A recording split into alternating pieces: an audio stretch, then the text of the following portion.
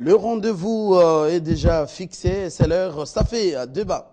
Alors nous parlons de la tournée dans la région des Grands Lacs, dans le cadre de la mise en œuvre de l'accord cadre pour la paix dans l'est de la RDC, accord signé le 24 février dernier à Addis Abeba en Éthiopie, tournée de Ban Ki-moon.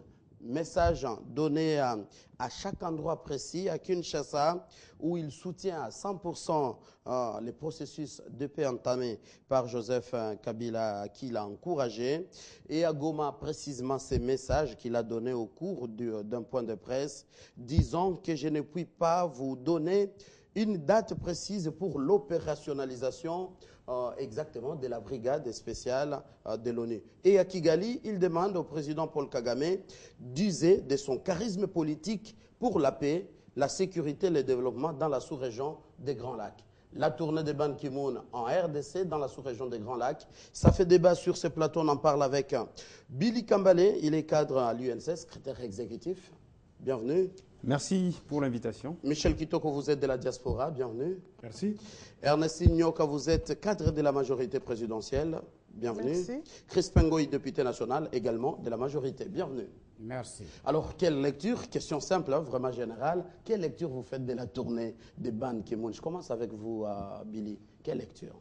Oui, d'abord, ce que nous pouvons dire à ce stade, c'est que la visite de Ban Ki-moon avait suscité des espoirs.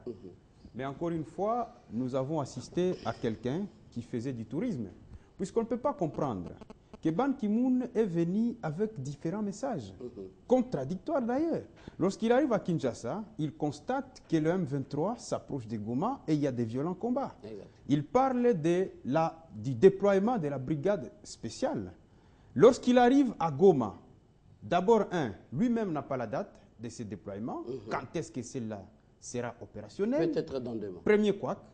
Il arrive à Kigali, qu'est-ce qu'il dit? J'encourage le président Kagame parce qu'il a accompli beaucoup de choses dans le cadre du développement et il applique la parité. Pire encore, il va visiter les blessés de guerre à Kigali, donc pour démontrer encore qu'il soutient le régime de Kigali et il va encore affirmer que l'ONU a échoué au Rwanda parce que c'est à cause du laxisme de l'ONU qu'il y a eu le génocide.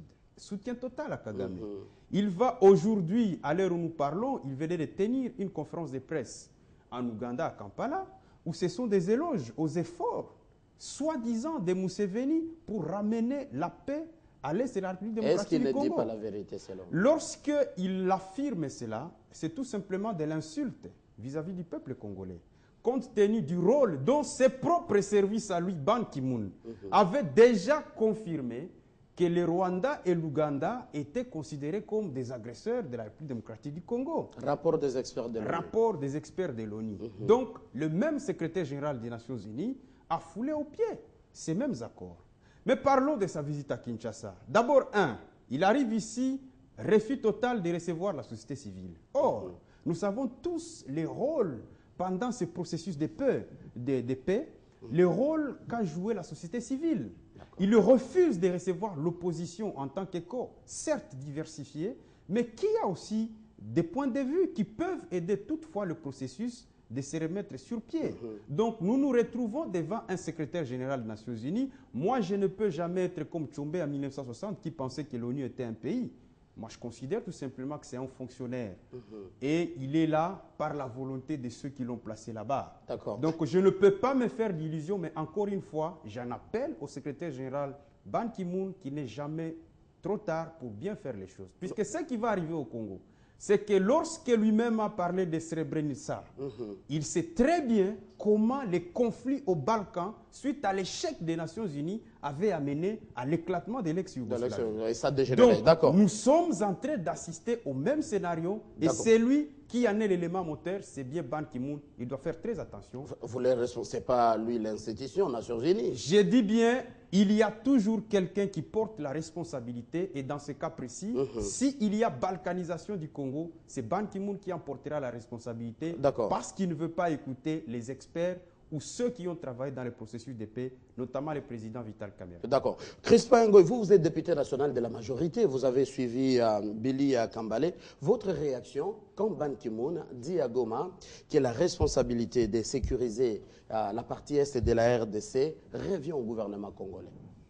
Il dit vrai, non? Merci beaucoup, Mathieu. La première des choses, nous devons apprendre à ne toujours pas être pessimiste. Pessimiste en tout, ça ne marche pas. Ban Ki-moon, secrétaire général, est arrivé pour passer à l'application stricte de l'accord cadre signé à Addis Abeba. Sa déclaration à Kinshasa. Et il dira encore que tout ce que vous avez entendu comme bruit de bottes à Goma n'était que le dernier souffle du M23. Donc, lorsqu'on descend, s'il faut écraser tout le monde, on le fera. Mais ce n'est pas le cas. C'est le cas. C'est le cas pourquoi? C'est le cas puisque lui, il n'est pas venu immédiatement pour commencer à frapper. Il est venu voir déjà le déploiement, la faisabilité pour commencer déjà l'opération. Il arrive sur place, on lui pose la date du début de l'opération. Il ne pouvait pas le dire. Il ne pouvait pas le dire pourquoi, puisqu'il vient pour une opération de grande envergure. Le dire, fixer la date, c'est une façon de demander au M23 de se préparer ce jour-là. Raison pour laquelle il a gardé secret cette date-là. Bien sûr que, comme je l'avais dit encore une fois sur ce plateau, le M23 et les autres troupes qui sont en train de semer les ordres à l'Est doivent déjà disparaître. Ils doivent se retirer. Pourquoi? Puisque avec l'arrivée des Nations Unies, ils seront écrasés. Ils sont en train de mettre leur vie en danger pour rien. Il n'y aura pas une force de M23 qui pourra résister devant la force des Nations Unies. Et Ban Ki-moon a continué à Rwanda. Ce qu'il a dit à Kagame, c'est tout simplement un conseil de sage. Pour dire, utilisez la politique, retirez vos troupes calmement, car ces troupes seront écrasées avec les matériels qu'ils disposent. C'est un message. Pour un homme intelligent, il comprendra ça immédiatement. Et il va comprendre que lorsque ces troupes vont venir, ils sont 3000 hommes suffisamment équipés, ils ne vont pas résister.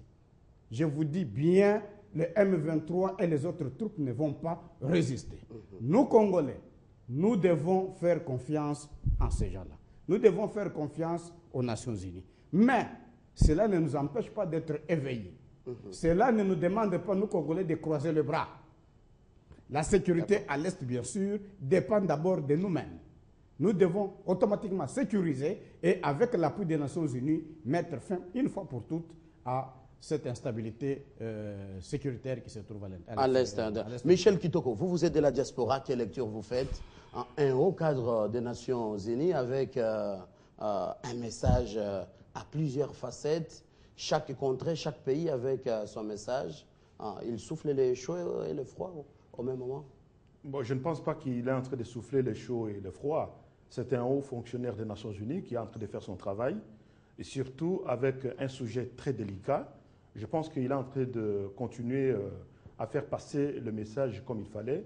Je vous ai toujours dit que la résolution portant création de la brigade d'intervention, c'est la mort, c'est l'arrêt de mort de M23. Ça, c'est clair et net parce que Ban Ki-moon ne va pas faire marche en arrière. Il ne pourra pas lui-même, à seul, en tant que secrétaire général des Nations Unies, annuler cette résolution qui a été votée aux Nations Unies. Donc, c'est quelque chose qui sera opérationnel. Bien sûr, il ne pouvait pas donner la date déterminante pour ne pas donner l'occasion à M23 de se préparer en conséquence. M23 qui a voulu prendre encore une fois la ville de Goma avec l'intention de mettre fin à l'arrivée de cette troupe-là d'intervention pour en finir avec ses aventures sur le terrain. Ça, c'est important. Et j'en reviens encore par rapport aux déclarations de Ban Ki-moon. Moi, je dis tout simplement que ce qu'il a dit et ce qu'il est en train de continuer à dire sur le plan politique ou diplomatique, ça ne m'effraie pas du tout. Vous savez, Dag Hammarskjöld, à l'époque, en a essuyé de toute forme d'insultes ou on l'a infligé beaucoup de choses, aller s'incliner devant les drapeaux de Tchombe qui a fait sécession. Qu'est-ce qu'il n'a pas connu? Jusqu'à perdre la vie. Mais il a empêché à cette époque, le même Tchombe a fait la reddition de son armée quelques temps après. Lui qui disait, si l'ONU vient ici, ce sera la fin de l'ONU.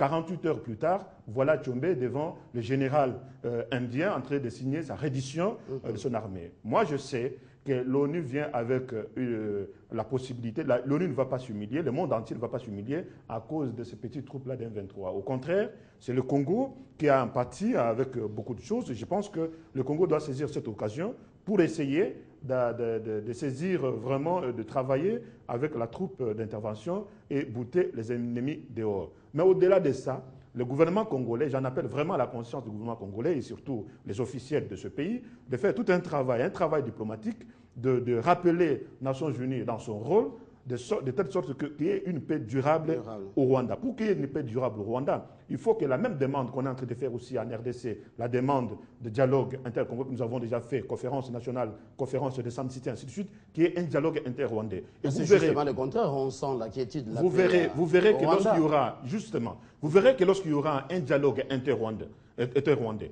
le Rwanda qui a connu beaucoup de choses, que nous connaissons déjà, génocide en répétition depuis des années 1936, 50, décennies 50 et ainsi de suite, le Rwanda a connu beaucoup de cycles de violence. Mais jamais le Rwanda s'est organisé sous forme d'une conférence, sous forme d'un dialogue véritable pour essayer de trouver la paix là-bas. Parce que ce sont des saletés, des désordres du Rwanda qui gangrènent la situation par cette porte-là. Donc il va falloir qu'il y ait un dialogue inter-rwandais. Le dialogue inter-rwandais va permettre à ce qu'on puisse déterminer qui est congolais, qui est rwandais et surtout ceux qui vivent sur le territoire congolais et qui ne savent plus où aller. Un enfant né de père congolais ou de la mère rwandaise, à partir du moment-là, ces deux pays, on aura à choisir pour qu'il y ait un choix qui reste rwandais, qui reste congolais. Et là, les opposants rwandais, ils vont peut-être saisir cette occasion-là pour rentrer au Rwanda devant Kagame, pour Kagame qui, pour moi, je considère que c'est un dictateur tout fait, qui doit pouvoir se mettre autour d'une table, lui qui prétend être démocrate, discuter avec ses frères rwandais, les Tutsis, les Hutus et les Twa. Ah voilà, d'accord. Alors, Madame Ernestine Nyoka, vous êtes de la majorité. Le Rwanda a un rôle essentiel, persiste et signe Ban Ki-moon devant Kagame. Je cite, c'est lui qui l'a dit, « J'appelle tous les dirigeants de la région à jouer leur rôle. Le Rwanda, son rôle est essentiel au succès de l'accord cadre. » Quel décryptage vous faites? Mathieu, je crois que ce soit le propos de Ban Ki-moon, qu'il a tenu au Rwanda, qu'il a tenu en RDC, tous ces propos, il faut le ramener dans le cadre de l'accord cadre. L'arrivée de Ban Ki-moon n'a pas été simplement... je sais qu'au Congo, nous attendions beaucoup. Nous attendions qu'on nous fixe une date bien fixe, bien précise plutôt, pour nous dire que la brigade d'intervention sera opérationnelle à X jours, à X mois, à X années. On va punir les Rwandais de ceci et de cela. Oui, on punira les Rwandais, comme vous le dites, de tous les maux qu'il est en train de créer au Congo. C'est ça la préoccupation majeure. Mais vous êtes en train de dire qu'il y a une déception dans la classe politique, vous, de la majorité? Il n'y a pas une déception. Ce que moi je voudrais dire, ce que je voudrais faire comprendre, qu'au-delà de la première impression que nous avons eue, presque tous, que le secrétaire général de l'ONU souffle le chaud et le froid, je crois qu'il ne s'agit pas de souffler le chaud et le froid. Le secrétaire général est venu dans le cadre normal de suivi de cet accord cadre. Parce que, dites-vous qu'il a fait des efforts pour qu'on arrive à l'accord cadre. Qu'il a fait aussi des efforts pour que son administration prenne la résolution 2098. Et qu'il a aussi fait des efforts, toujours dans le cadre de cette même administration, pour qu'aujourd'hui, nous puissions avoir un envoyé spécial en charge de Grand Lac sur la question. Et cet envoyé spécial, si elle a été nommée, c'est en fait toujours en rapport avec l'accord cadre. Nous pensons que son arrivée, accompagnée avec les directeurs de la Banque mondiale, c'est tout simplement encore et toujours dans le cadre de cet accord cadre. Parce que lorsque vous faites la lecture, vous allez vous rendre compte qu'il y a un certain nombre de devoirs qui est demandé à l'État congolais. Il y a un certain nombre de devoirs qui est demandé à la région, à la sous-région. Il y a un certain nombre de devoirs qui est aussi demandé à la communauté internationale.